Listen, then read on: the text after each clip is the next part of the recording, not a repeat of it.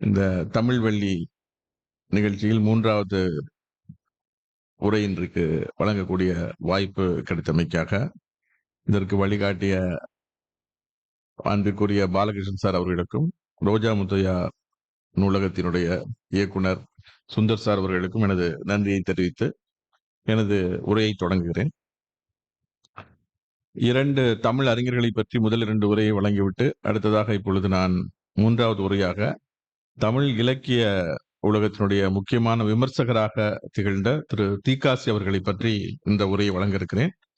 March மாதம் என்பது அவர் பிறந்த நாளும் நினைவு நாளும் வரக்கூடிய மாதம் என்பதால் இந்த மாதத்தில் அவரை பற்றிய உரை வழங்குவது பொருத்தமாக இருக்கும் என்று இந்த மாதத்திலே நான் அவரை தேர்வு செய்திருக்கிறேன்.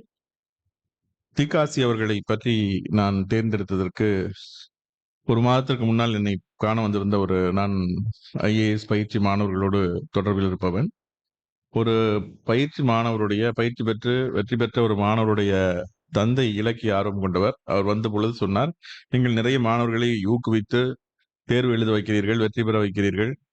அதே போல நீங்கள் என்னுடைய ஊர் பற்றி எல்லாம் கேட்டுக்கொண்டார். திருநெல்வேலி என்று சொன்னபோது அவருக்கு உடனடியாக தீக்காசியினுடைய ஞாபகம் வந்தது. தீக்காசி நிறைய பேரை எழுத வைத்தவர், அந்த பண்பு உங்களுக்கு, நிறைய பேரை ஊக்குவிக்கிற பண்பு உங்களுக்கிடம் இருக்கிறது என்று சொன்னார். உடனே எனக்கு தீக்காசி பற்றிய நினைவுகள் நிழலாடத் தொடங்கின. தீக்காசியை பற்றி எனக்கு நினைவுகள் முக்கியமான காரணம், அவருடைய தோற்றம் என்னுடைய தந்தையை நினைவூட்டுவதாக இருக்கும். என் தந்தையும் இந்த மாதிரி மெலிந்த தேகத்தோடு, இது கண்ணாடி அணிந்து, இதே போலதான் அவருடைய உருவத்தை பார்க்கின்ற பொழுது எனக்கு என் தந்தையை நினைவூட்டுவது போல இருக்கும். நான் தீக்காசி அவர்களை சந்தித்ததில்லை. நான் சந்திக்க வேண்டும் என்று விரும்பி இருக்கிறேன். 2014ஆம் ஆண்டு அவர் காலமானார். எனது பையன் 2003இல் எனக்கு 2003இல் எனக்கு குழந்தை பிறப்பதற்கு முன்னாலேயே நாங்கள் குழந்தை பிறந்தால் என்ன பெயர் வைக்க வேண்டும் என்று முடிவு செய்த பொழுது, எனது தந்தையின் பெயர் சங்கரன் என்பதும், எனது மனைவியினுடைய தந்தையின் பெயர் சிவகுருநாதன் என்பதால், பெண் குழந்தை பிறந்தால் சிவசங்கரி என்றும், ஆண் குழந்தை பிறந்தால் சிவசங்கர் என்றும் பெயர் வைக்கிறது என்று முடிவு செய்திருந்தோம். இது இரண்டுமே எழுத்தாளர் பெயர் என்று நான் மகிழ்ந்திருந்தேன். சிவசங்கரி என்று வைத்தாலும் சரி, சிவசங்கரன் என்று வைத்தாலும் சரி, ஆண் குழந்தை பிறந்ததால் சிவசங்கர் என்று பெயர் வைத்தோம். நான் கல்லூரி காலத்தில் படிக்கின்ற பொழுதே, நாமக்கல் கால்நடை மருத்துவக் கல்லூரியில் படிக்கின்ற பொழுது, எனது சீனியராக இருந்த, இப்பொழுது ராஜஸ்தானில் ஐபிஎஸ் அதிகாரியாக இருக்கக்கூடிய செங்கதிர் அவர்கள் எனக்கு இலக்கிய விமர்சகர்கள் என்ற ஒரு புத்தகத்தை படிக்க கொடுத்திருந்தார்.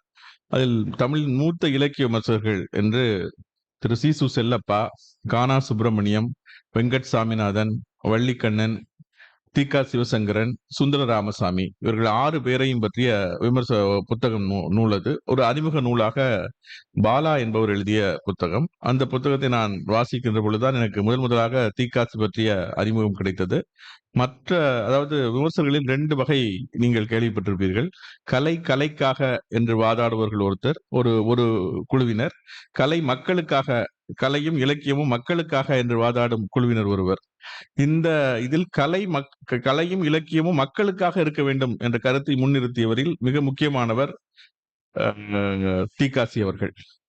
தீக்காசியை பற்றி பேசுவது என்று முடிவெடுத்த பிறகு, கடந்த 1 மாதமாக தீக்காசி பற்றிய புத்தகங்களை எல்லாம், நான் வாசித்த புத்தகங்கள், வாசிக்காத புத்தகங்கள் எல்லாவற்றையும் தேடி தேடி படித்தேன். இன்று உங்களிடம் அறிமுகம் செய்வதற்காக 3 புத்தகங்களை எடுத்து வந்திருக்கிறேன். ஒன்று, இந்திய இலக்கிய சிற்பிகள் என்ற வரிசையில் சாகித்ய அகாடமி வெளியிட்ட புத்தகம். இதை எழுதியவர் பேராசிரியர் ரா காமராஜ் அவர்கள். மிக சிறப்பாக எழுதப்பட்ட புத்தகமாக இது இருக்கிறது. இன்னொன்று, அவருக்கு, தீக்காசி அவர்களுக்கு சாகித்ய அகாடமி விருது பெற்று தந்த புத்தகம், விஜயா பதிப்பகம் வெளியிட்ட புத்தகம், விமர்சனங்கள், மதிப்புரைகள், பேட்டிகள் என்ற புத்தகம். மிக முக்கியமான புத்தகம். இதுதான் 2000 ஆண்டில் அவருக்கு சாகித்ய அகாடமி விருது கிடைப்பதற்கு காரணமாக இருந்த புத்தகம். அடுத்து 3வது ஒரு முக்கியமான புத்தகம், விமர்சன தமிழ் என்ற ஒரு புத்தகம். இது அன்னம் வெளியீடாக முதலில் வெளிவந்தது. பின்னர் இது 2வது பதிப்பு பூங்குடி பதிப்பகம் வெளியிட்டிருக்கிறது. அன்னம் வெளியீடாக வந்த பொழுது கவிஞர் மீரா அவர்கள் எழுதிய அணிந்துரை மிக முக்கியமானது. அதில் தீக்காசியினுடைய சிறப்புகளை சொல்லிக்கிட்டு இருக்கிறார். ஏற்கனவே முத்தமிழ் இருக்கிறது, இயற்றமிழ், இசைத்தமிழ், நாடகத்தமிழ் என்று 4ஆம் தமிழாக நாம் விமர்சன தமிழை வளர்க்க வேண்டும் என்றால் அதற்கு தீக்காசி தான் முன்னோடி என்று இதிலே அவரை விதந்தோதி எழுதியிருக்கிறார். அந்த அடிப்படையில் இந்த புத்தகத்தையும் நான் பார்த்தேன். நான் அவரை சந்திக்கவில்லை என்பதால், அவரோடு சந்தித்து பழகியவர்களோடு நிறைய பேரோடு உரையாடக்கூடிய ஒரு வாய்ப்பை ஏற்படுத்திக் கொண்டேன். கடந்த 1 வாரமாக தீக்காசியை சந்தித்து பேசியவர்களிடமெல்லாம் கொஞ்சம் அலைபேசியில் அழைத்து உங்கள் அனுபவங்களை சொல்லுங்கள் என்று கேட்டுக்கொண்டேன்.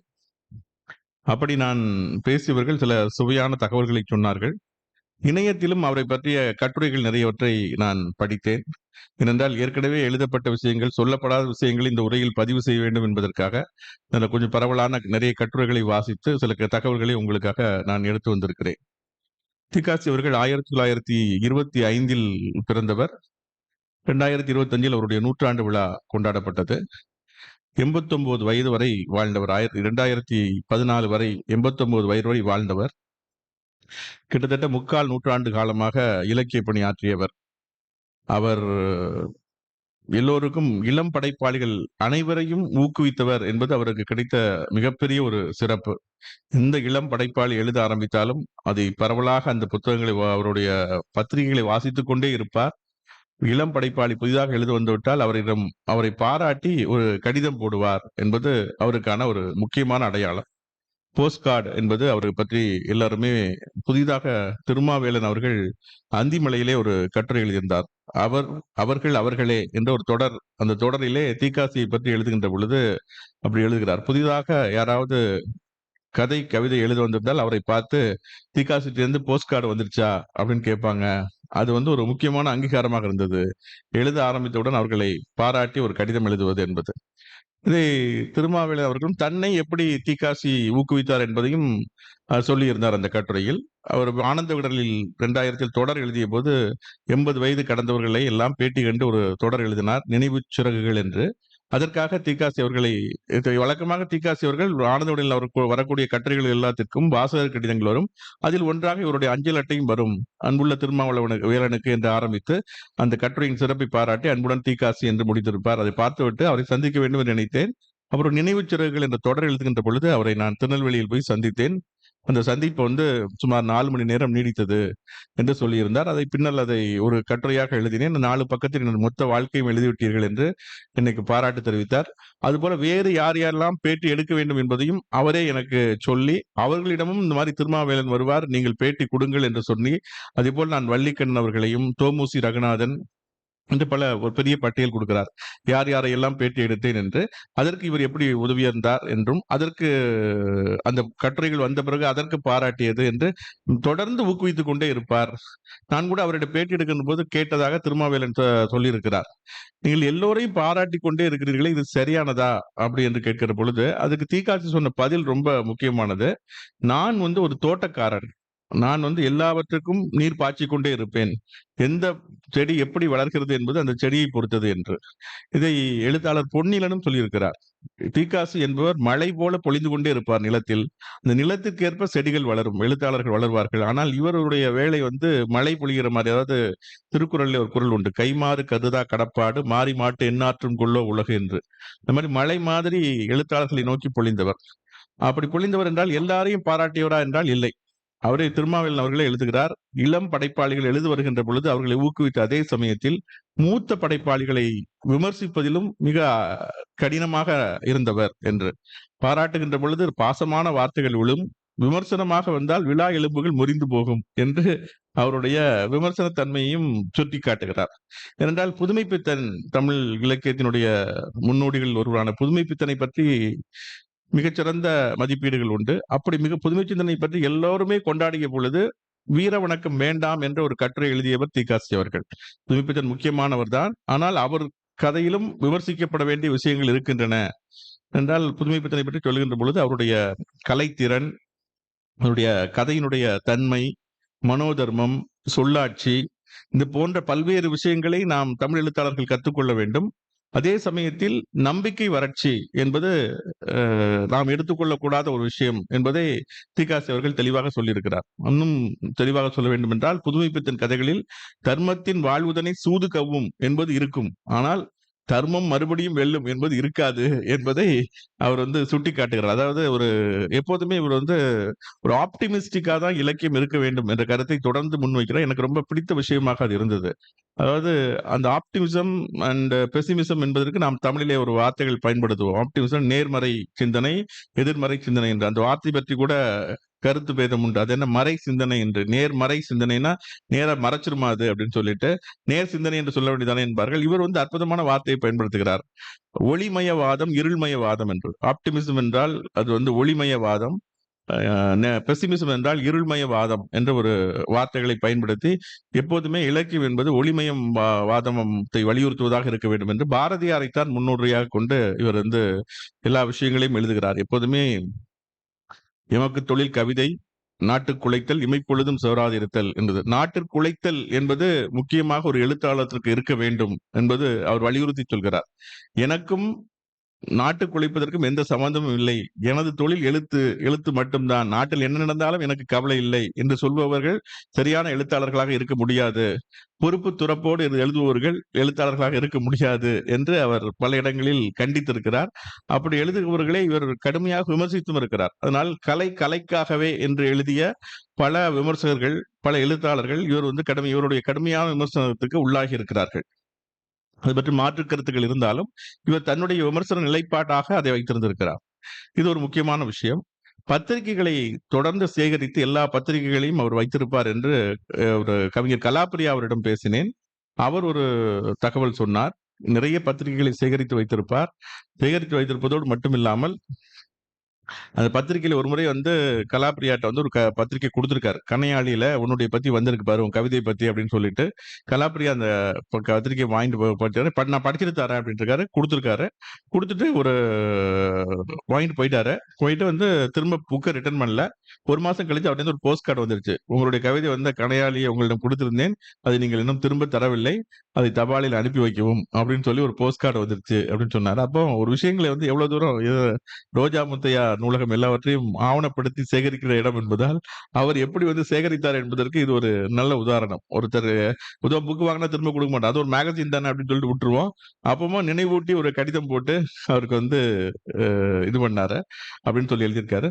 எல்லாருக்கும் போஸ்ட் கார்டு போடுறது அப்படிங்கறது அவர் வந்து கிண்டல் பண்ணாங்கன்னு திருமாவேலன் சார் அவருடைய கட்டுரையில எழுதியிருப்பார். அப்போ வந்து நான் வந்து ஏழை, அதனால எல்லாருக்கும் போஸ்ட் கார்டு போடுறேன், அதுல ஒன்றும் தப்பு இல்லை, எல்லாரும் கிண்டல் பண்றாங்கன்னு எனக்கு தெரியும் அப்படின்னு சொல்லிட்டு தொடர்ந்து ஒரு 60 ஆண்டு காலமாக ஒரு விஷயத்தை தொடர்ந்து ஒரு போஸ்ட் கார்டு போட்டு ஊக்குவித்தது என்பது சாதாரண விஷயம் இல்லை என்று திருமாவேலன் கூட அந்த கட்டுரையில் எழுதியிருக்கிறார். முக்கியமாக வந்து எழுத்தாளர்களை ஊக்குவிப்பதில் ஒரு மிக சிறந்த ஒரு முன்னுதாரணமாக இருந்தார்.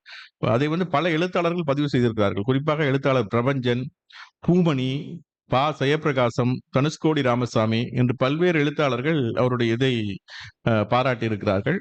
அது மட்டுமல்ல, விமர்சனத்திற்கென்று அவர் ஒரு கொள்கை வைத்திருந்தார். அந்த கொள்கையை வந்து அவர் தெளிவாக வரையறுத்திருக்கிறார். என்னுடைய கொள்கை வந்து இலக்கிய விமர்சனத்தை பொறுத்தமட்டில் பஞ்சசீல கொள்கை என்று தன்னுடைய கொள்கையை அவர் வரையறுக்கிறார்.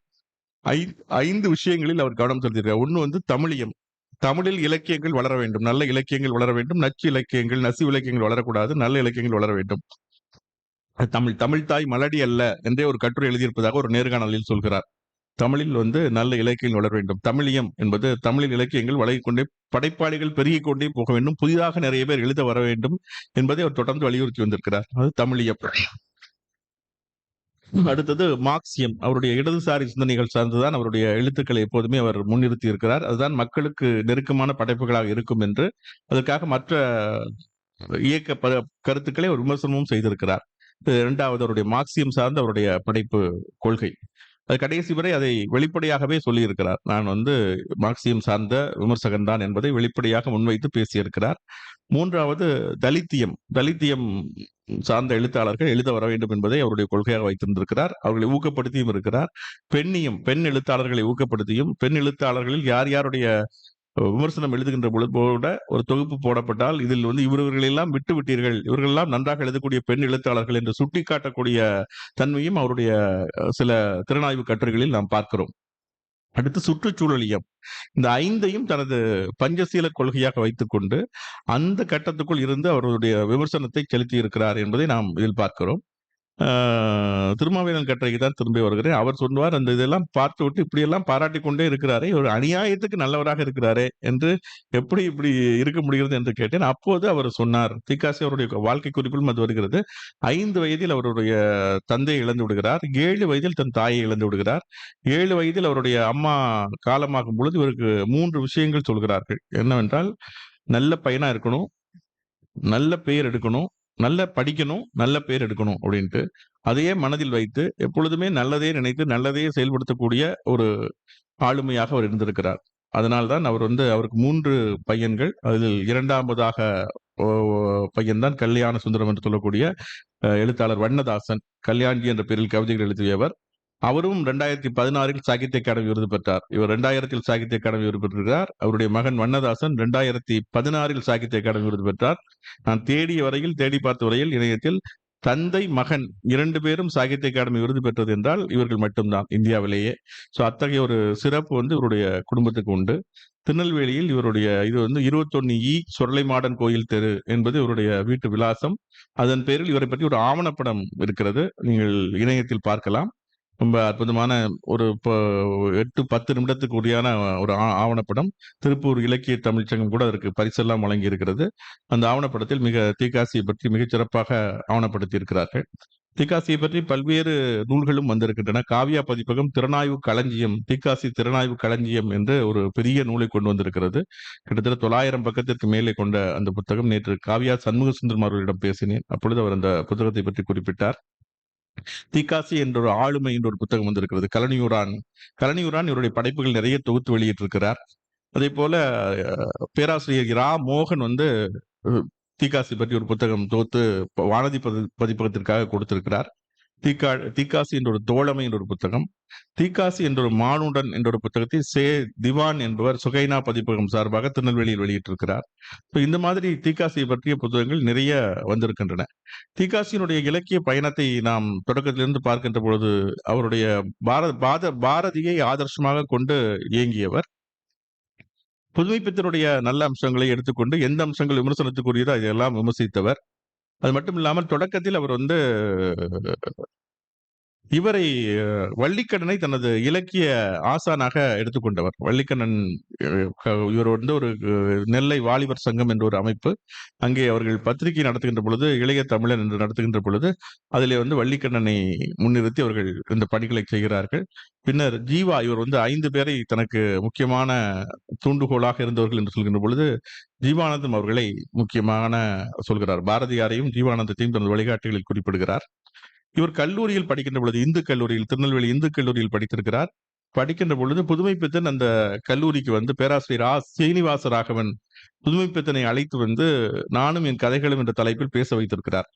அப்படி பேச வந்த பொழுது புதுமைப்பித்தன் எப்படி தன்னுடைய கதைகளை பற்றி தன்னுடைய கல்லூரியில் பேசினார் என்பதை இவர் மிக நுட்பமாக வர்ணித்திருக்கிறார். அது ரொம்ப ஒரு 15 அடி மேடை.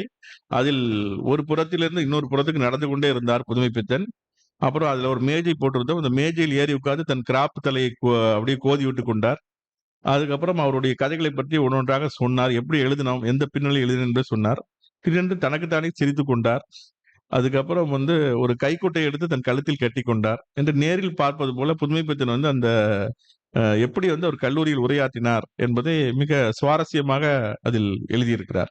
ஸோ அந்த மாதிரி ஒவ்வொருத்தரையும் பார்த்து நடை சித்திரம் என்று சொல்வோம். வாரா அவர்கள் அதில் ரொம்ப புகழ்பெற்றவர். வாராவையும் ஒரு முன்னுதாரணமாக கொண்டு வாரா பற்றிய ஆளுமை திறனாயும் செய்திருக்கிறார்.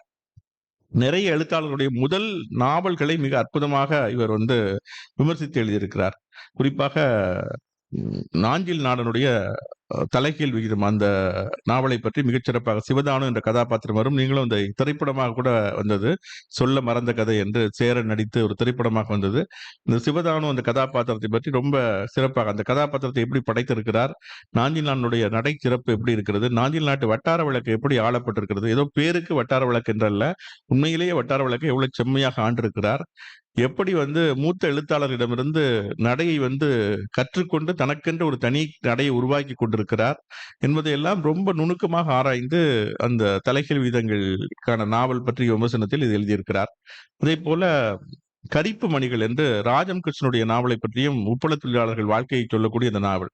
ஒரு நாவலை பற்றி திறனாய்வு செய்து எழுதுகின்ற பொழுது அந்த நாவல் எத்தனை பக்கம் கொண்டது, எத்தனை அத்தியாயங்கள் கொண்டது, அது வரக்கூடிய முக்கியமான வசனங்கள் என்ன, அந்த நாவலுடைய கட்டுக்கோப்பு எப்படி இருக்கிறது, முக்கியமான கதாபாத்திரங்கள் எப்படி இருக்கிறார்கள் என்று மிக விரிவாக எழுதி செல்கிறார். அது அதை படிக்கின்ற பொழுதே அந்த நாவலை படிக்க வேண்டும் என்ற உந்துதல் நமக்கு வருகிற மாதிரி அவருடைய விமர்சனங்கள் அமைந்திருப்பதை காண்கிறோம்.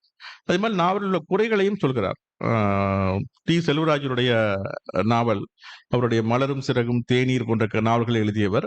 டி. செல்வராஜனுடைய மூலதனம் என்ற நாவலை பற்றி சொல்கிறார். அதுபொழுது அந்த நாவல் வந்து தொடர்கதையாக வந்து பின் நாவலாக ஆக்கப்பட்டிருக்கிறது. அப்பொழுது சொல்கிறார், தொடர்கதையாக வரும்பொழுது இது வந்து 399 பக்கங்கள் இருந்தது.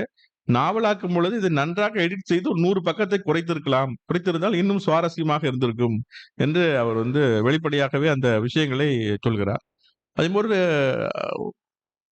எழுத்தாளர்களை விமர்சிக்கின்ற பொழுது அவருடைய கிண்டலான துணையிலும் நிறைய இடங்கள் மூவாவினுடைய எழுத்தை பற்றி விமர்சிக்கும் பொழுது, சிலப்பதிகாரத்தை பற்றி சொல்லும்போது ஒரு தமிழ் பேராசிரியர்கள் சொல்வார்கள், உரையிடையிட்ட பாட்டுடை செய்யுள் என்று. இடையிலே உரைநடை வருகிற மாதிரி வரக்கூடிய பாட்டுடை செய்யுள் என்று. அது மாதிரி மூவாவுடைய கதைகள்ல பெரும்பாலும் வந்து ஒரு தத்துவமான விஷயங்கள் தான் இருக்கும். குரல் அடிப்படையில் வச்சு அதை வந்து கதாபாத்திரங்களை விட, கதையமைப்பை விட அதில் தான் ரொம்ப அதிகம் கவனம் செலுத்தியிருப்பாரு. அதனால கதையிடையிட்ட தத்துவ சொற்பொழிவுகள் அப்படின்ட்டு மூவாவினுடைய கதையை பற்றி ஒரு வேடிக்கையான ஒரு வாசகத்தை ஒரு கையாளுகிறார். நசிவு இலக்கியம் என்பதை வந்து பற்றி சொல்கின்ற பொழுது, கிருமிகளுக்காக எழுதுகிற கிருமி இலக்கியம் என்று ஒரு விமர்சனம் செய்கிறார். அதே போல கலைக்காக என்று வாதிடுபவர்கள் மற்ற, அதாவது நீங்கள் இலக்கிய சர்ச்சைகளில் பார்த்திருப்பீர்கள், எது இலக்கியம் எது இலக்கியம் இல்லை என்ற சர்ச்சைக்கு முடிவே கிடையாது. எப்பொழுதும் ஓடிக்கொண்டே இருப்பது. நேற்றும் செய்தியில் வந்தது, இன்னைக்கும் வந்தது, நாளைக்கும் வரும். எப்பொழுதும் வரக்கூடிய விஷயம் எது இலக்கியம் எது இலக்கியம் இல்லை என்று. அந்த மாதிரி ஒரு விஷயம். உதாரணத்திற்கு மௌனி மிகச்சிறந்த ஒரு சிறுகதை எழுத்தாளர். புதுமைப்பித்தன் கூட அவரை சிறுகதையின் திருமூலர் என்று கூறியிருப்பார். அது சிறுகதையின் திருமூலர் என்றார். பரீட்சையில கூட கேட்பார்கள், சிறுகதையின் திருமூலர் என்று கூறப்படுவர் யார் என்று. மௌனி என்று எழுதுவோம். ஒருவருடைய எழுத்தாளர் ஏஆர்வி அவர்களிடம் பேசிக் கொண்டிருந்த பொழுது, ஏஆர் வெங்கடாசலபதியிடம் பேசின போது, அவரு கிண்டலா சொல்லியிருக்காருங்க, அதை வந்து சீரியஸா எடுத்துட்டு எல்லாரும் எழுதியிருக்காங்க அப்படின்னு சொல்லி அவர் சொன்னாரு. உண்மையிலே எனக்கு புரியல, அவர் கிண்டலா சொன்னாரா உண்மையில சொன்னாரான்ட்டு. மௌனியை பத்தி சீசு செல்லப்பா ரொம்ப சிலாகிச்சு சொல்வார். மௌனி வந்து ரொம்ப அற்புதமான எழுத்தாளர் என்று. இப்ப வந்து நான் உங்களுக்கு அந்த ஒரு இது மட்டும் படிச்சு காட்டுறேன். ஒரு 2 விமர்சகர்கள் ஒருத்தரை பற்றி மதிப்பிடும் பொழுது எப்படி மாறுபடுகிறார்கள் என்பதற்கு சீசு செல்லப்பா வைக்கிற மதிப்பீடு மௌனியை பற்றி. சீசு செல்லப்பா சொல்றாரு பாருங்க, எந்த ஒரு கலைப்படைப்பிலும் அதன் உள்ளடக்கத்தை நாம் சரியாக உணர்ந்து கொள்ளாவிட்டால் அதை பற்றிய மதிப்பீட்டிற்கு இடமே ஏற்படாது. மௌனி கதைகள் விஷயத்தில் இதை சுட்டி சொல்லியாக வேண்டியிருக்கிறது. ஏனென்றால் அவைகளுடன் பழகிக்கொள்ள விசேஷ முயற்சி தேவையாக இருக்கிறது. உண்மையில் ஒரே வாசிப்பில் பிரபஞ்ச கானம், அழியாச்சுடர், மாறுதல், மாபெரும் காவியம், நினைவு சூழல், காதல் சாலை ஆகிய கதைகளிலிருந்து எனக்கு தெரிய வந்ததை நான் எடுத்துச் சொல்லியிருப்பதாக சொல்ல முன்வர மாட்டேன். சில கதைகளில் இன்னும் உணர வேண்டியவை இருப்பதாகவும் படுகிறது. சில தடவைகளில் படித்த பிறகும் தமிழ் சிறுகதைக்காரர்களில் வேறு யாருடையதும் பிச்சமூர்த்தியை தவிர இந்த மாதிரி தகவல்களை கக்கிக்கொண்டே இருப்பதாக சொல்வதற்கில்லை என்று ரொம்ப சிலாகித்து மௌனியுடைய கதைகளை சீசு செல்லப்பா எழுதுகிறார். என்று மௌனியை உச்சி முறுவதை சுட்டி மௌனியின் கதை இலக்கியம் குறித்து தம் கருத்துக்களை முன்வைக்கிறார் சீசு செல்லப்பா. இதே மௌனியுடைய கதைகளை தீக்காசி எப்படி விமர்சிக்கிறார் என்று பாருங்கள். மௌனியின் காதல் கதைகளில் மனமுறிவும் மரணமும் தான் முக்கிய அம்சங்கள். வேதனையில் தோய்ந்த எண்ணங்களும் நினைவுகளும் மனசஞ்சலமும் ஏக்கமும் அச்சமும் வெறுப்பும் அவர் கதைகளில் ஊடுபாவாக ஓடிக்கொண்டே இருக்கும். மௌனியின் கதாபாத்திரங்கள் எப்படிப்பட்டவர்கள்? நம்பிக்கை வறட்சியில் முக்குளித்து சித்தப்பிரமையில் மூழ்கி ஏன், எதற்காக, எங்கே என்று மன உளைச்சலில் தவித்துக் கொண்டிருப்பவர்கள். ஆரிய மனப்புண்ணை கீறிவிட்டு அழுது கொண்டிருப்பவர்கள். கடந்த காலத்தில் காதல் முறிவால் ஏற்பட்ட வடுக்களின் வழியை மீண்டும் நினைவுக்கு கொண்டு வந்து சோக பெருமூச்சு விட்டு கொண்டிருப்பவர்கள். வினோதமான, விசித்திரமான, விபரீதமான பாத்திரங்கள் அவர்கள் என்று இவர் வந்து மிக கடுமையாக மௌனியினுடைய கதாபாத்திரங்களை விளாசி தருகிறார். உதாரணம் பாத்தீங்கன்னா, மௌனியின் கதைகளில் பொதுத்தன்மை நம்பிக்கை வறட்சி. வறண்ட நெஞ்சத்தோடும் இருள்மயமான பார்வையோடும் வாழ்வு ஒரு பெருஞ்சுமை என்ற நினைப்பில் மனம் அமைத்து தனிமையில் விண்ணை நோக்கி பெருமூச்சு விடுவதுதான் மௌனியின் வாழ்க்கை தத்துவம். என் கருத்தை சூத்திர பாணியில் சொன்னால் பொதுப்படையாக மௌனி ஒரு மாயாவாதி, யதார்த்தவாதி அல்ல. மௌனி ஒரு அதீத கற்பனைவாதி, மனிதத்துவவாதி அல்ல. மௌனியின் கற்பனைவாதம் அழிவை சிறப்பிக்கும் கற்பனாவாதம், ஒளியிலிருந்து இருளுக்கு செல்லும் கற்பனாவாதம், இருளின் ஆட்சியை நண்பர்களில் காலும் கற்பனாவாதம், நசிவை போற்றும் கற்பனாவாதம் என்று மிக கடுமையாக அவர் வந்து மௌனியை பற்றிய விமர்சனத்தை முன்வைக்கிறார். இப்படித்தான் ஒரு இலக்கியவாதியை, ஒரு இலக்கியத்தை ஒருவர் மதிப்பிடுவதற்கும் மற்றொரு, அது கலை இலக்கியம் இலக்கியத்திற்காகவே, இலக்கியம் கலைக்காகவே என்ற குழுவினரும், கலை மக்களுக்காக என்ற குழுவினரும் 2 விதமாக மதிப்பிடுவார்கள் என்பதற்கு இது ஒரு சான்று. இதுபோல் நிறைய சான்றுகளை நாம் இதில் காட்ட முடியும். தோமுசி ரகுநாதன் அவர்களை பற்றி நேற்று நான் பல்வேறு ஆளுமைகளோடு பேசிக் கொண்டிருக்கும் பொழுது திரு சந்தியா நடராஜன் அவர்களிடம் அவருடைய அனுபவம் பற்றி கேட்டேன். அவருக்கு தீக்காசி புத்தகங்களை எல்லாம் அவர் எழுதி வெளியிட்டிருப்பதால் அவர் சொன்னார், ஒரு முறை தீக்காசியினுடைய 100ஆண்டு விழாவையொட்டி ஒரு வட்டத்தொட்டி அமைப்பு வந்து ஒரு நிகழ்ச்சி நடத்தினார்கள். அதில் தீக்காசி பற்றி பேசுகின்ற பொழுது இவர் மிகச் சிறப்பாக பேசியதாக கலாப்பிரியா என்னிடம் குறிப்பிட்டார். அப்போ சந்தியா நடராஜனை தொடர்பு கொண்டு நீங்கள் சிறப்பாக பேசினதாக சொன்னார்கள். நீங்கள் என்ன நினைவை பகிர்ந்து கொள்ள விரும்புகிறீர்கள் என்று கேட்டேன். அப்பொழுது கலாப்பிரியா ஒரு விஷயத்தை இவர் சந்தியா நடராஜன் ஒரு கருத்தை சொன்னார்.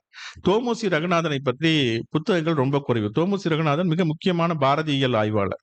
அவர் முக்கியமான 3 புத்தகங்கள் எழுதியிருக்கிறார் பாரதியாரை பற்றி.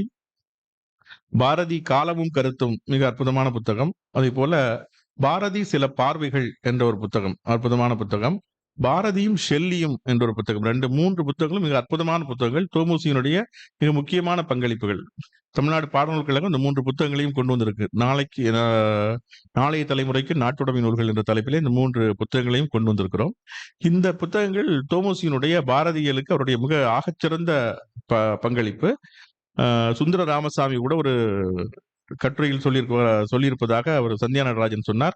நான் சந்திக்க விரும்பிய ஒரே எழுத்தாளர் என்றால், முதல் எழுத்தாளர் என்றால் அது தோமுசி ரகுநாதன் தான் என்று அவர் சொல்லியிருப்பதாக சொன்னார். அந்த அளவுக்கு மிகவும் கொண்டாடப்பட்ட ஒரு எழுத்தாளர் தோமுசி ரகுநாதன். சாகித்ய அகாடமி விருது பெற்றவர்.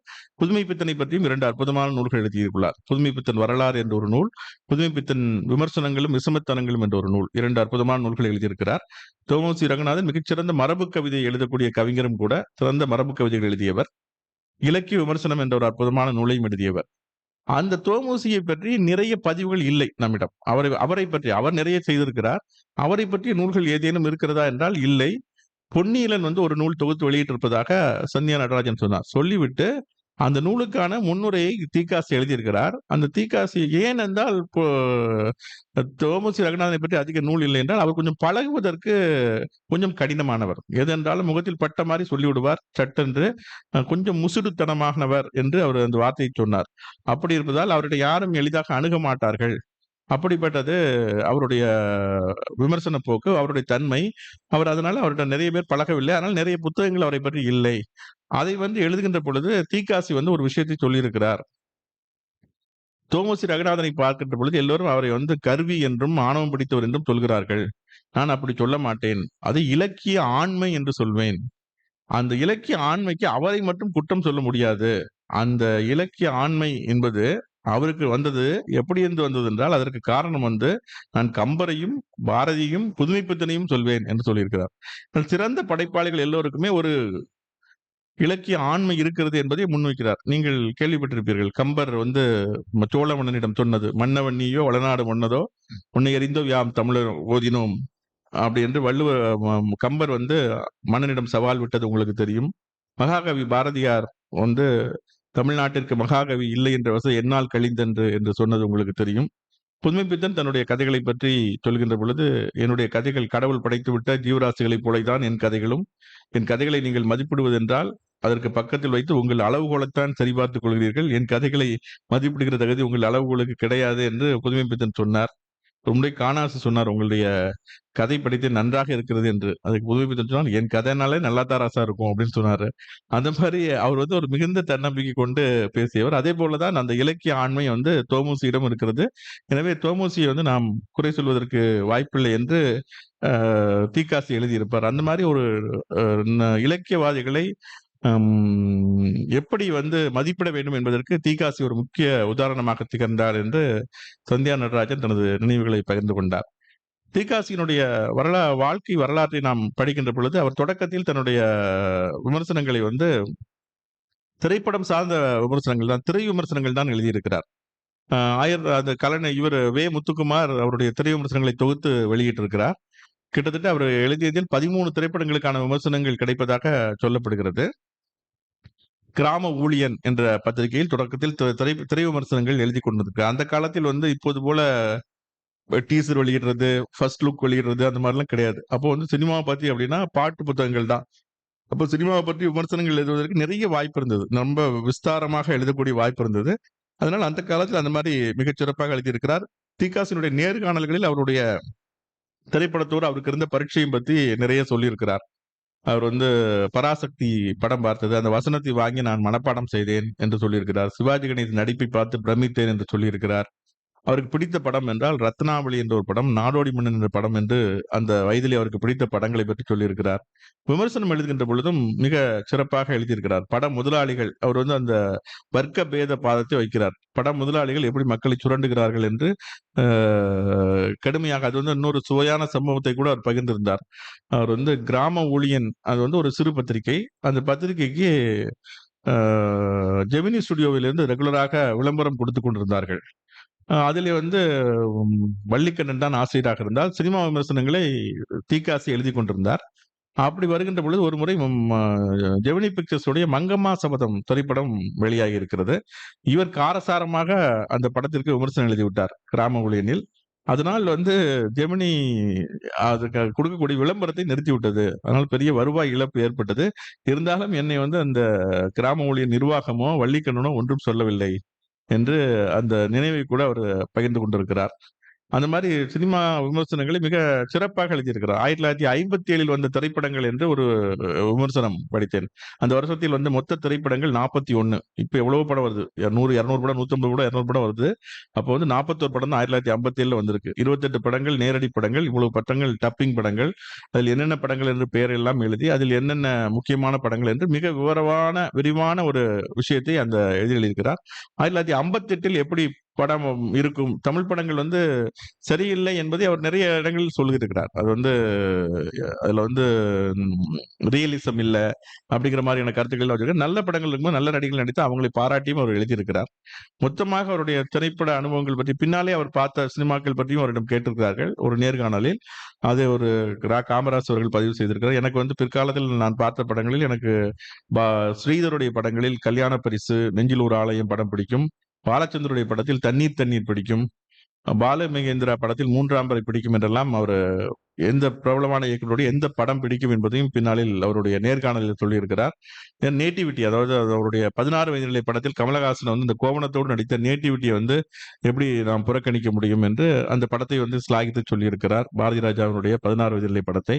அதே போல அவர் திரைப்படம் தியேட்டரில் சென்று பார்த்த கடைசி படம் என்று ஞான ராஜசேகரன் இயக்கிய பாரதி படத்தை பற்றியும் பதிவு செய்திருக்கிறார். எனவே மிக சமீப காலம் வரைக்கும் தன்னுடைய 80கள் வரைக்கும் தொடர்ந்து இலக்கியத்தோடும் திரைப்படத்தோடும் தன்னுடைய பரிச்சயத்தை அப்படியே பராமரித்துக் கொண்டிருந்த ஒரு எழுத்தாளர் என்று அவரை நாம் சொல்ல வேண்டும்.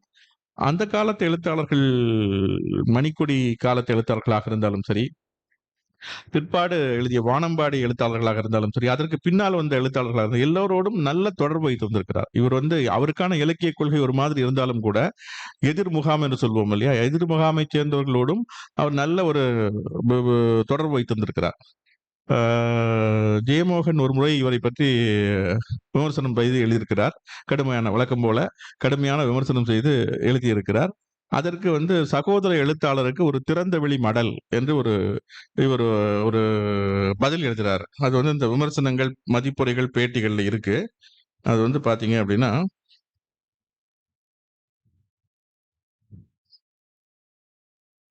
இவரை வந்து ஒரு கட்சி சார்ந்த ஒரு எழுத்தாளர், ஒரு விமர்சகர் என்று அவர் எழுதி விடுகிறார். அப்பொழுது இவர் அந்த பதில் எழுதுகிறார் ஜெயமோகன் அவர்களுக்கு. வணக்கம், நேற்று ஊர் இல்லாத, தேதி இல்லாத, முகவரி இல்லாத தங்கள் கடிதம் கிடைத்தது. மனநிறைவு அடைந்தேன். அதே சமயம் சில மாதங்களுக்கு முன் இக்கடிதம் வந்திருந்தால் நமக்கு நட்பும் தோழமையும் வளர்வதற்கு ஒரு நல்ல சூழ்நிலை ஏற்பட்டிருக்குமோ என்று வருந்தினேன். இனிமேலாவது பரஸ்பர அன்பும் தோழமையும் நம்மிடையே வளரட்டும். அதற்கு நாம் இருவரும் இணைந்து பணியாற்றுவோம் என்று சொல்லிவிட்டு நிறைய விஷயங்கள் சொல்கிறார். சில முக்கியமான பத்திகளை மட்டும் இங்கே சொல்கிறேன். அங்க வந்து சொல்றார், உண்மையை சிறிதும் அறியாமல், ஆராயாமல், அன்றாட அரசியல் சார்ந்த நிலைப்பாடுகளுக்கு ஏற்ப இலக்கிய படைப்புகளை விமர்சிக்கும் இவரது பாணி ஒரு காலத்தில் படைப்பாளிகளுக்கு பெரிய தடையாக இருந்திருக்க கூடும் என்று எழுதுகிறீர்கள். அவரை பத்தி எழுதியிருக்காரு. தீக்காசியை பற்றி ஜெயமோகன் எழுதியிருக்காரு. கனவு அப்படிங்கிற இதழ்ல, அசோகமித்திரன் சிறப்பிதழ் மலர்ல 1993 எழுதியிருக்காரு. அதுக்கு பதிலாக தான் இந்த மடலை எழுதுறாரு என்று எழுதியிருக்கிறீர்கள். இது எந்த விதத்தில் நேர்மையானது, நியாயமானது, வரலாற்று சான்றுகளை ஆதாரமாக கொண்டது? சொல்லுங்கள். இது தப்பெண்ணத்தின் விளைவு அல்லவா? இதைத்தானே காழ்ப்புணர்ச்சி என்கிறோம். நிதானமாக சிந்தியுங்கள் நண்பரே. அப்படின்னு ஆரம்பிக்கிறாரு.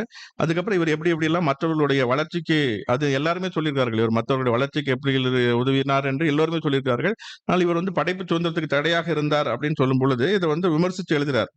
அப்புறம் எழுதும் பொழுது எழுதுறாரு, மானிட விடுதலையின் மெய்யியல் என்பது யோகி ராம் சுரத்குமார், சங்கராச்சாரியார், ஜே கிருஷ்ணமூர்த்தி இத்தியாதிகளின் வழியில் செல்வதல்ல, விவேகானந்தர் வழியில், அதாவது தெய்வ பக்தியும் தேசபக்தியும் பின்னி பிணைந்தது என்று என்னும் வழியில் இதற்கு மேலே மார்க்சிய லெனினிய அறவழியில் செல்ல வேண்டும் என்பது என் கருத்து என்று இவருடைய இதை சொல்லிவிட்டு, மற்றபடி இவருடைய நிலைப்பாடுகளை எல்லாம் மிக விரிவாக எழுதிவிட்டு கடைசியில் முடிக்கின்ற பொழுது தன்னுடைய கருத்தை சொல்லி முடிக்கிறார். நான் வீர வணக்கத்தை விரும்பாதவன்.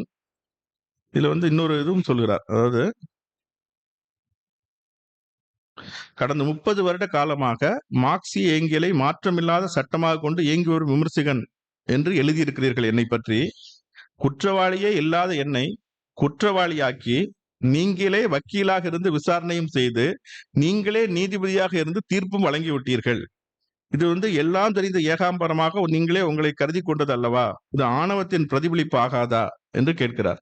அதே மாதிரி கேட்டுவிட்டு முடிக்கின்ற பொழுது, நான் வீர வணக்கத்தை விரும்பாதவன், கற்பனவும் இனியவையும் என்னும் தன்னடக்கம் கொண்ட இலக்கியமானவன். ஆனால் நேர்மையான சான்று ஆதாரமுள்ள மதிப்பீடுகளே என்னால் ஏற்க இயலும். இதையே விமர்சன ஒழுக்கம் அல்லது அறநெறி என்று கருதுகிறேன். இதற்கு வயது வரம்பு கிடையாது. பொய்களும் புரட்டுகளும் அவதூறுகளும் தப்பெண்ணங்களும் முன் முடிவுகளும் அகந்தைகளும் சந்தர்ப்பவாதங்களும் பகைமையும் வெறுப்பும் வெல்வதை நம் வாழ்வில் என்றும் அனுமதிக்க கூடாது. ஜெயமோகன், இதுவே என் வேண்டுகோள் என்று ஜெயமோகனுக்கு 29/11/93 33 வருடங்களுக்கு முன்னால் டிகாசி இப்படி எழுதியிருக்கிறார். ஸோ இந்த மாதிரி அவர் வந்து விமர்சனம் என்று வருகின்ற பொழுது யாராக இருந்தாலும், இதே மாதிரி சாரு நிவேதிதா அவர்களுக்கும் ஒரு கடிதம் எழுதியிருக்கிறார். அதுவும் இதில் இருக்கிறது. கிட்டத்தட்ட 22 ஆளுமைகள் சார்ந்த திறனாய்வு என்று பட்டியலிட்டு சொல்லும் பொழுது காமராஜ் அவர்கள் அவருடைய திறனாய்வு இதுல வந்து 22 ஆளுமைகள் சார்ந்தவர் எழுதியிருப்பதாக பட்டியலிடுகிறார். யார் யாருக்கெல்லாம் இவர் எழுதினார் என்றால், புதுமைப்பித்தன், வள்ளிக்கண்ணன், சிசு செல்லப்பா, விந்தன், நான் பார்த்தசாரதி, என்ஆர் தாசன், இஎஸ்டி. இவங்க 2 பேரும் ரொம்ப அதிகமா பரிச்சயம் இல்லாதவங்க. என்ஆர் தாசனும் இஎஸ்டியும் இவர் படிச்சாதான் நீங்க தெரிஞ்சுக்க முடியும். வாரா, தமிழ் ஒளி, Na Vanamamalai, Ka Kailasapathy, R K Kannan, P S Ramaiah, Jeeva, Tomusi Raghunathan, Ve Saminatha Sarma, KCS Arunachalam, T S Chockalingam, Ka Sivathambi, Jeyamohan, sir Nivedita. 22 பேருக்கும் ஆளுமை திறனாய்வு அவங்களை பற்றிய ஏதோ ஒரு விஷயத்தில் இவர் வந்து எழுதியிருக்கிறார். அது இவர் மறைந்த பொழுது ஜெயமோகன் எழுதிய ஒரு கட்டுரையும் நான் வாசித்தேன். அதுல வந்து ஒரு குழந்த பார்க்கும்போது நீங்க பார்க்கும் பொழுது என்னை வந்து, நீ ஒரு பாசிஸ்ட் எழுத்தாளரியா, எழுத்தாளர்வே அப்படின்னு சொல்லுவாரு அப்படின்னு ஜெயமோகன் அவர்கள் அதில் எழுதியிருந்தாரு. அதே மாதிரி வி அரசு அவர்கள் ஒரு அற்புதமான கட்டுரை எழுதியிருந்தார் இவரை பற்றி. அந்த கட்டுரையில் வந்து பல விஷயங்களை சொல்லியிருந்தார். தாமரை இதழ்கள் 100 இதழ்களை இவர் பொறுப்பேற்று கொண்டு வந்தார். அந்த இதழ்களுக்கான என்ன சிறப்பு என்று கலை இலக்கிய பெருமன்றத்தின் சார்பாக வந்து தாமரை இதழ்களில் ஜீவா வந்து அவருக்கு அந்த பொறுப்பை கொடுத்திருந்தார். அந்த இதழில் இவர் சோவியத் இலாக்காவில் பணியாற்றிய போது, செய்தி இலாக்காவில் பணியாற்றிய பொழுது அந்த இதழில் இவருடைய பெயர் கூட வராது. அப்படி இருந்தும் அந்த மாஜினி போன்றவர்கள், அந்த இவர் போன்றவர்கள் அந்த இதிலே முக்கிய பங்காற்றினார்கள். அப்பொழுது 100 பூக்கள் மலரட்டும் என்ற அடிப்படையில் அவர் வந்து 100 இதழ்களை கொண்டு வந்து 1965 72 வரை 100 இதழ்களை கொண்டு வந்திருக்கிறார். அந்த இதழ்களில் என்னென்ன சிறப்புகள் என்றால், பல்வேறு எழுத்தாளர்களிடம் தனக்கு ஏற்றுக்கொண்ட அரசியல் இயக்கத்திற்கு மாறான எழுத்தாளர்களிடமும் நல்ல கலைப்படைப்புகளை வாங்கி வெளியிட்டிருக்கிறார். அதில் வந்து முக்கியமான எழுத்தாளர்கள் எல்லாரும் தீபம் பார்த்தசாரதி, அசோகமித்ரன், பல்வேறு எழுத்தாளர்கள் அதில் எழுதியிருக்கிறார்கள் என்று அந்த அந்த இதை பற்றி வி அரசு தன்னுடைய கட்டுரையில் குறிப்பிடுகிறார். அது மட்டுமல்ல, பாரதிதாசனை எடுத்துட்டு போய் இடதுசாரி மக்களிடம் பிரபலப்படுத்தியது இவர்தான் என்று பாரதிதாசனுக்கு எப்போதுமே ஒரு திராவிட இயக்கம் சார்ந்த ஒரு அடையாளம் தான் இருந்தது. அதை மாற்றி இடதுசாரிகளிடம் பாரதிதாசனை வெகுவாக கொண்டு சேர்த்ததில் தீகாசியினுடைய பங்கு முக்கியமானது என்று எழுதுகிறார். அது மட்டும் இல்லாமல் புது கவிதைக்கு கொஞ்சம் அந்நியமாக இருந்த இடதுசாரி இயக்கங்களிடையே வானம்பாடி கவிஞர்களை பிரபலப்படுத்தி சிற்பி, புவியரசு போன்றவர்களை அவர்களிடையே கொண்டு சேர்த்தது இவருடைய முக்கியமான காமராசன், இவர்களை எல்லாம் கொண்டு சேர்த்தது தீகாசியினுடைய முக்கியமான பங்களிப்பு என்று வி அரசு அந்த கட்டுரையில் குறிப்பிடுகிறார். அது மட்டும் இல்லாமல் முன்னொரு முக்கியமான விஷயமாக, எழுத்தாளர்களுடைய புகைப்படங்களை அட்டைப்படத்தில் போட்டு தாமரை இதழ்களில் நிறைய கொண்டு வந்தார் என்று. அதற்கு முன்னால் யாரும் செய்யாது. எழுத்தாளர்களுடைய முகம் தெரியாது யாருக்குமே வந்து. அப்பொழுது எழுத்தாளர்களை பிரபலப்படுத்தும் விதத்தில் கொண்டு வந்தார். குறிப்பாக அம்மா வந்தால் கதை வந்த பொழுது தி. ஜானகிராமனுக்கு நிறைய எதிர்ப்பு வந்தது. அவர் சமூகத்தில் இருந்தே கூட. அப்பொழுது கூட மிகுந்த தன்னுடைய எ எடிட்டோரியல் போர்ட்ல இருந்தவங்களோட கடும் விவாதம் பண்ணி, தி. ஜானகிராமன் அட்டைப்படமா போட்டு ஒரு இதழ் கொண்டு வந்தாரு. அவர் வந்து அவருடைய எழுத்துப் பணியை நாம் சிறப்பிக்கணும் அப்படின்னு சொல்லி எழுதுறாங்க. இந்த மாதிரி அவருடைய பங்களிப்பு என்பது அந்த தாமரை இதழ் உருவாக்கத்துல மிகச் சிறப்பாக இருந்திருக்கிறது. ஏராளமான இலக்கியங்களை மொழிபெயர்த்து வெளியிட்டிருக்கிறார். சோவியத் இலக்கியங்கள் இதெல்லாம் மிகச் சிறப்பாக மொழிபெயர்த்து வெளியிட்டிருக்கிறார். இவருடைய இலக்கிய கொள்கைகளை சொல்லும்போது டால்ஸ்டாய், செகாவ் அந்த அவங்களுடைய இதெல்லாம் பற்றி சொல்கிறார். அவங்களுடைய இலக்கியங்கள்லாம் எவ்வளவு முக்கியமானவை என்று சீனத்து இலக்கியங்களை மொழிபெயர்த்து வெளியிட்டிருக்கிறார். மொழிபெயர்ப்பிலே அவருக்கு மிகுந்த ஆர்வம் இருந்திருக்கு. அதனால இந்த கலைச்சொல்லாக்கம் என்பது அவருக்கு மிகச் சிறப்பாக கைவரப்பட்டிருக்கிறது. அதனால வந்து இப்ப இந்த போஸ்ட் மாடர்னிசம் என்பதை பற்றி கூட சொல்லும் பொழுது பின் நவீனத்துவம் என்று இப்பொழுது மொழிபெயர்ப்போம். அதை வந்து நாஞ்சில் நாடன் கூட அது அந்த கலைச்சொல் சரியில்லாத கலைச்சொல் என்பால், இவர் வந்து நவ நவீனத்துவம் என்று அந்த போஸ்ட் மாடர்னிசத்தை சொல்கிறார். நவ நவீனத்துவம் என்பதில் வந்து 2 விமர்சனங்கள் இதில் வைத்திருக்கிறார். நவ நவீனத்துவம் என்பது புரியாமல் இருக்கிறது என்பதை இவர் சொல்லுகிறார். பிரம்மராஜன் ஒரு முக்கியமான கவிஞர். நான் அவருடைய நடத்திய கவிதை பற்றியெல்லாம் 1990களில் பங்கேற்றிருக்கிறேன். நான் கல்லூரியில் பயின்ற காலத்தில். அவர் மீட்சி என்ற ஒரு இதழ் கொண்டு வந்தார். கவிதை இதழ் கொண்டு வந்த காலத்தில் ஒகேனக்கலில் நிறைய கவிதை பட்டறைகள் நடத்துவார். அப்பொழுது நான் நாமக்கல் கல்லூரியிலிருந்து போய் என்னுடைய சீனியர் சங்கதியர்களோடு பங்கேற்றிருக்கிறேன். சாரு நிவேதா, கவிஞர் விக்ரமாதித்தன் உள்ளிட்ட பல்வேறு யுவன் சந்திரசேகர் உட்பட பல்வேறு இலக்கியவாதிகளோடு அப்பொழுது உரையாடக்கூடிய வாய்ப்பு எனக்கு கிடைத்தது. அந்த பிரம்மராஜனுடைய கவிதை இதை பற்றி பார்க்கின்ற பொழுது ஒரு விஷயம் சொல்கிறார். பிரம்மராஜனுடைய மீட்சி இதழை பார்த்தேன். அதில் உள்ள கவிதைகள் எனக்கு புரியவில்லை. புரியாத போது எழுத்தாளர் கல்யாண்ஜி வந்து இவருடைய மகன்.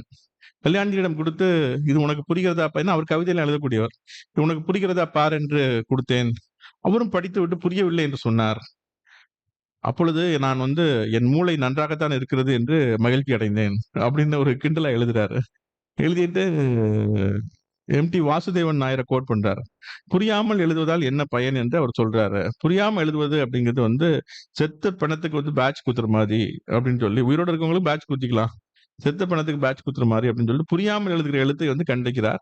நவ நவீனத்துவம் என்பது அதை ஆதரிக்கிறது. புரியாமல் எழுதுகிற விஷயத்தை கொண்டாடுவது என்பது நல்லதல்ல என்று சொல்கிறார். அடுத்தாவது நவ நவீனத்துவத்தில் எக்ஸிஸ்டென்சியாலிசமும் ஃபேன்சி பணியணும் என்ற சாரு நிவேதாவின் கதை அதெல்லாம் வரும். அதுபோல இருக்கிற கவிதைகளில் வந்து சற்று பாலியல் தன்மை வெளிப்படையாக எழுதக்கூடிய போக்கு உண்டு போஸ்ட் மாடர்னிசத்தில். அதை கண்டித்து இவர் எழுதுகிறார். அதை கண்டித்து எழுதும் பொழுது ஒரு அழகான ஒரு ஊமையை சொல்கிறார். எனது நண்பர் கு. அழகிரிசாமி சொல்வது போல, இது வந்து பாலியலை ரொம்ப வெளிப்படையாக எழுதுகிறார்கள் நவநவீனத்துவத்தில். அது வந்து வேட்டியை அவிழ்த்து தலப்பாய் கட்டுக்கொள்வது போல என்று கு. அழகிரிசாமி சொல்வார். அந்த மாதிரி இருக்கிறது என்று, இது வந்து இலக்கியத்துக்கு உகந்தது அல்ல என்று தன் கருத்தை வந்து அழகிரிசாமியை மேற்கோள் காட்டி எழுதுகிறார். இந்த மாதிரி தன்னுடைய விமர்சனங்களை எல்லாம் மிக சிறப்பாக முன்வைத்திருக்கிறார். நாவல் சார்ந்து அவர் எழுதிய பதிவுகள் ரொம்ப ரொம்ப முக்கியமானவை. அது மாதிரி சிறுகதை சார்ந்தும் யார் யார் முக்கியமானவர்கள் என்று அவரிடம் பதிவுகள் இருக்கின்றன. கவிதை சார்ந்து இவர் அதிகம் எழுதவில்லை என்று சொல்லப்படுகிறது. 14 கட்டுரைகள் தான் கவிதைகள் சார்ந்து எழுதியிருக்கிறார். நாவல் சார்ந்த கட்டுரைகள் எழுதுவதில் மிகுந்த கவனம் செலுத்தினார். அப்புறம் இலக்கிய போக்கு எப்படி இருக்க வேண்டும், விமர்சன போக்கு எப்படி இருக்க வேண்டும் என்பதை பற்றி நிறைய எழுதியிருக்கிறார்.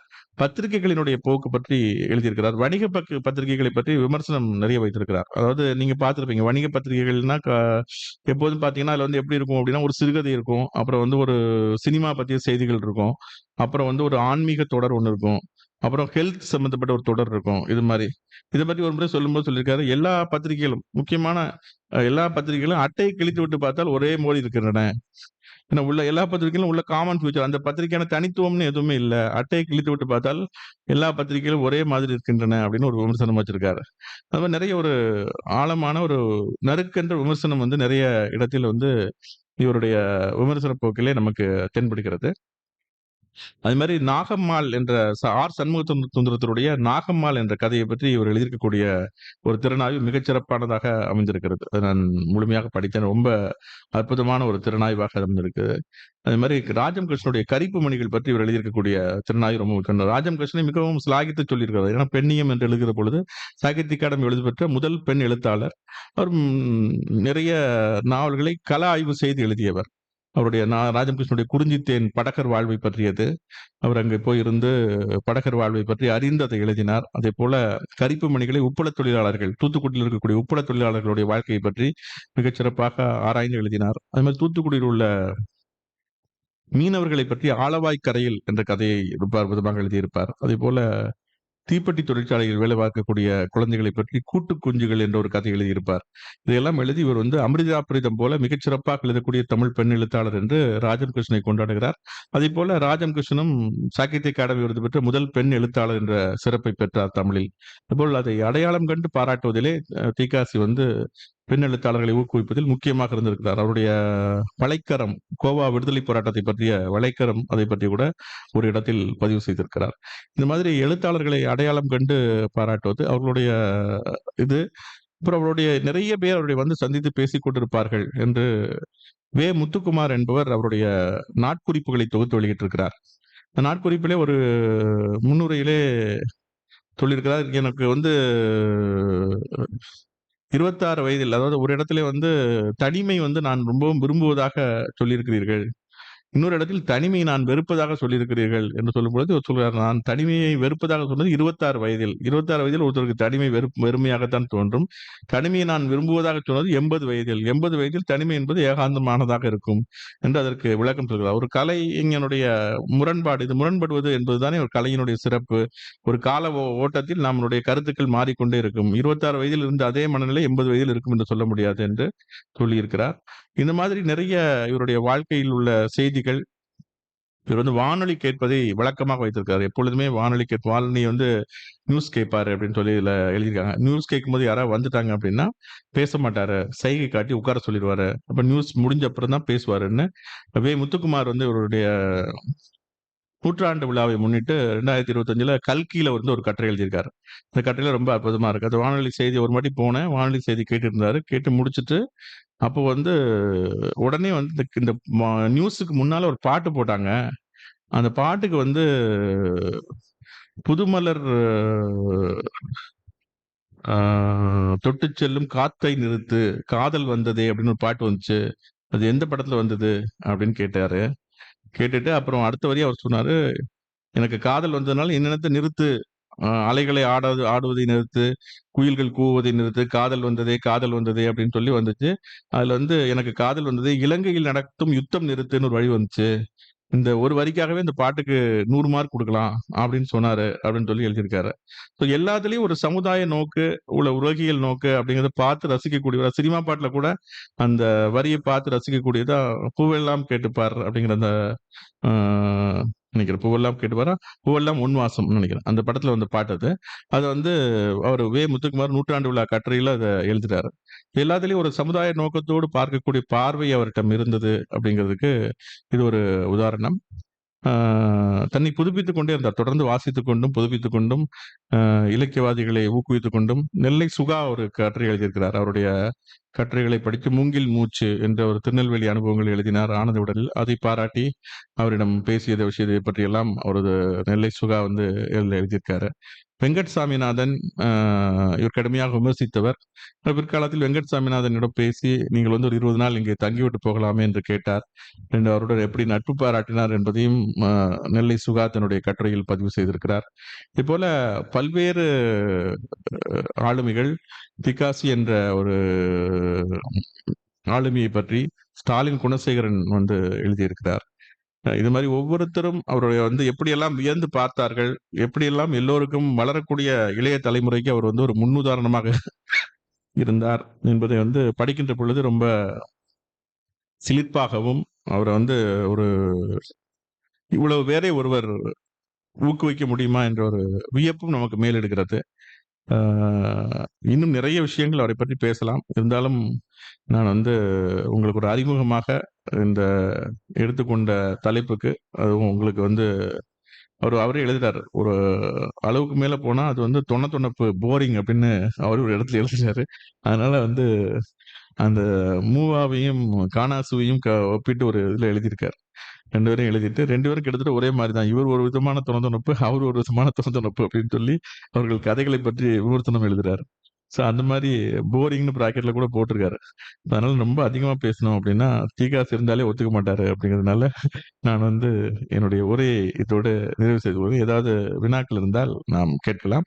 அதே மாதிரி தீகாசி பற்றிய பல்வேறு புத்தகங்கள், தீகாசி எழுதிய புத்தகங்கள், அவரை பற்றி எழுதிய புத்தகங்கள் ரோஜா மூர்த்தியார் நூலகத்தில் என்னென்ன இருக்கிறது என்பதை நண்பர் அருண் பிரகாஷ் சொல்லுமாறும் நான் கேட்டுக்கொள்கிறேன். நன்றி, வணக்கம். நன்றி சார். தீகாசியினுடைய நூல்கள் விமர்சன தமிழ், விமர்சனங்கள், மதிப்புரைகள், பேட்டிகள், தீகாசியின் திறனாய்வுகள், மனக்குகை ஓவியங்கள், காலத்தின் குரல் வே. முத்துக்குமார் தொகுத்தது, தமிழில் விமர்சனத்துறை, சில போக்குகள் நூல்கள் இருக்கின்றன. அவருடைய மொழிபெயர்ப்புகளில் சீனத்து பாடகன், நான் கண்ட சீனா, கார்ல் மார்க்ஸ் இல்வாழ்க்கை, குடியரசு கோமான், வசந்த காலத்திலே, எது நாகரிகம் போன்ற நூல்கள் இருக்கின்றன. தீகாசி என்றும் ஒரு திறனாய்வு தென்றல் 1950 முதல் 90களில் தமிழிலக்கிய வரலாற்றோடு தோலுரசி நடந்த ஒரு மனிதரின் சரித்திரம் மு. பரமசிவம். அப்புறம் தோமுசி ரகுநாதன் பொன்னிலன் தொகுத்த அந்த நூலும் இருக்கு நம்ம நூலகத்துல. கேள்விகள்? ரொம்ப மகிழ்ச்சியா இருக்கு சார். நீங்க ஒவ்வொரு உரையும் ஆற்றும் போது மன நிம்மதியும் மகிழ்ச்சியும் கிடைக்குது. இது மாதிரி உங்களுக்கு தொகுத்து வழங்குறதுக்கு இறைவன் வந்து இன்னும் ஆற்றல் ஜாஸ்தி கொடுக்குமாறு கேட்டுக்கொள்கிறேன். ரெண்டாவது, நானும் தொடர்ந்து பார்த்துக்கிட்டே இருக்கேன். இந்த குறிப்பு இல்லாம பேசுறீங்களே, அது என்னுடைய பாராட்டுகள். ரொம்ப மகிழ்ச்சியா இருக்குது. அதே சமயத்துல நீங்க ஒவ்வொரு புள்ளி விவரங்கள் எடுத்து பேசுறீங்க பாருங்க. அந்த புள்ளி விவரங்கள் எங்கேருந்து தான் எடுக்கிறீங்களோ என்னன்னு எனக்கு தெரியல. அதுக்கு எனது பாராட்டுகள், வாழ்த்துக்கள் சார்.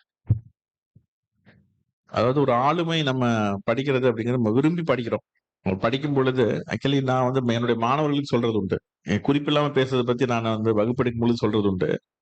நாலெட்ஜ் அப்படின்னா என்ன அப்படின்னா, நீங்க படிச்சு மறந்தது போக உங்களுக்கு என்ன ரீட்டைன் ஆகுதோ அதான் நாலெட்ஜ் அப்படின்ட்டு. அதனால நான் வந்து படிச்சுக்கிட்டே இருப்பேன். நம்ம வந்து பேசணும் அப்படின்னா அது வந்து படிச்சுட்டே இருப்பேன். படிச்சுட்டே இருக்கும் பொழுது நான் இதைத்தான் பேசணும்னு திட்டமிட்டு வர்றதில்லை. படிச்சுட்டு இப்ப நான் இன்னும் சொல்ல வேண்டிய விஷயங்கள் நிறைய இருக்கும்.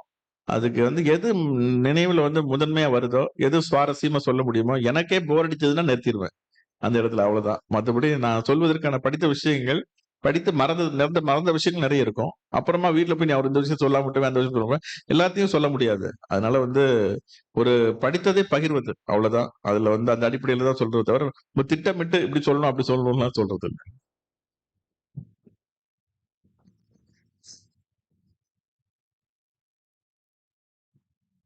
சார், ஒரே ஒரு வேண்டுகோள்.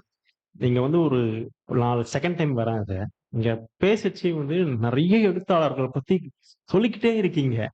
எங்களால அத்தனை பேரும் ஞாபகம் வச்சுக்க முடியல. ஒரு வேண்டுகோள், நீங்க கடைசியா வந்து ஒரே ஒரு ஸ்லைடு போட்டு இவங்கெல்லாம் நமக்கு அறிமுகப்படுத்தினவரை பத்தின எழுதினவங்க இல்லைன்னா அவங்கள பத்தி படிச்சவங்க அப்படின்னு ஒரு லிஸ்ட் மட்டும் போட்டீங்கன்னா என்ன மாதிரி ஆட்களுக்கு அதை நோட் பண்ணி அவங்கள பத்தி படிக்கிறதுக்கும் ஒரு சான்ஸ் கிடைக்கும். தேங்க்யூ. ஓகே, நல்ல விஷயம் தான். நான் சொல்லும் பொழுது உங்களுக்கு தெரியல, அதுதான் பின்னால கேள்வி வைக்கிறதுக்கு காரணம் தான். இப்ப நீங்க சொன்னீங்கல்ல, இப்ப எல்லா எழுத்தாளரும் எனக்கு தெரியும்னு சொல்ல முடியாது. சில பேரை தெரியல. இப்ப நான் வானுவாமலை பத்தி சொன்னேன். நான் வானுவாமலை என்ன முக்கியத்துவம்னா, இவரை பொறுத்தமில்ல, அவர் வந்து ஆராய்ச்சின்னு ஒரு இதழ் நடத்தினாரு. நாட்டுப்புறவியலுக்கு ரொம்ப முக்கியமான பங்களிப்பு செஞ்சிருக்காரு. கலை இலக்கிய பெருமன்றத்துடைய தலைவராகவும் இருந்திருக்காரு. ஜீவா இருந்தாரு, அதுக்கப்புறம் தோமுசி இருந்தாரு, நான் வானவாமலையும் இருந்தாங்களே. வானவாமலை வந்து ஆராய்ச்சி அப்படிங்கிற ரொம்ப முக்கியமான இதழ், நாட்டுப்புறவியல் சார்ந்த இதழ். அவர்தான் இவரை முதல்ல நீ திரைப்பட விமர்சனம் எல்லாம் எழுதினது போதும், நீ வந்து இலக்கிய விமர்சனம் எழுது அப்படின்னு இவருடைய வாழ்க்கையில, தீகாசி வாழ்க்கையில ஒரு முக்கியமான ரோல் பிளே பண்ணது நான் வானுவாமலை அவர்கள். ஸோ நான் வானுவாமலை தமிழ் இலக்கிய சிற்பிகள் வரிசையில சாகித்ய அகாடமி ஒரு புத்தகம் வெளியிட்டு இருக்கு. நம்ம சொன்ன எல்லாருமே பெரிய ஆட்கள் தான். இப்போ தோமுசி ரகுநாதனா இருக்கட்டும், வள்ளிக்கண்ணா இருக்கட்டும், எல்லாருமே. ஸோ அவர்களை பற்றி நம்ம சொல்லும் பொழுது நீங்க 2-3 வாட்டி கேட்கும் பொழுது அந்த பேர் வந்து பதிஞ்சு, அதுக்கப்புறம் நீங்க போய் பார்த்துடலாம். நீங்க இணையத்துல தேடினாலே இன்னைக்கு எல்லாமே விஷயமே கிடைக்குது. இந்த பேரை கேப்சர் பண்ணிட்டு நீங்க கேட்கலாம்.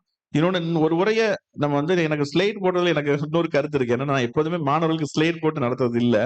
எப்போதுமே ஒரு வகுப்பு மாதிரி இன்னொரு வகுப்பு இருக்கக்கூடாதுன்னு நினைப்பேன். ஒரே டாபிக் எடுத்தாலே ஒரு வாட்டி எடுக்க மாதிரி இன்னொரு வாட்டி இருக்காது. அப்ப ரீசெண்டா என்ன படிக்கிறனோ அந்த விஷயம் சார்ந்துதான் நான் பேசுவேன். ஸோ அப்படி போடும் பொழுது இதை வந்து நீங்க கேட்கும் பொழுது, இந்த காணொலியை நீங்க பார்க்கின்ற பொழுது அதுல இந்த பெயர்கள்லாம் வருது அப்படின்னு பார்த்துட்டு நீங்க ப்ரௌஸ் பண்ணி பார்த்தாலே நிறைய விஷயங்கள் நீங்க தெரிஞ்சுக்க முடியும். அதுதான் என்னுடைய இதுக்கான சஜஷன்.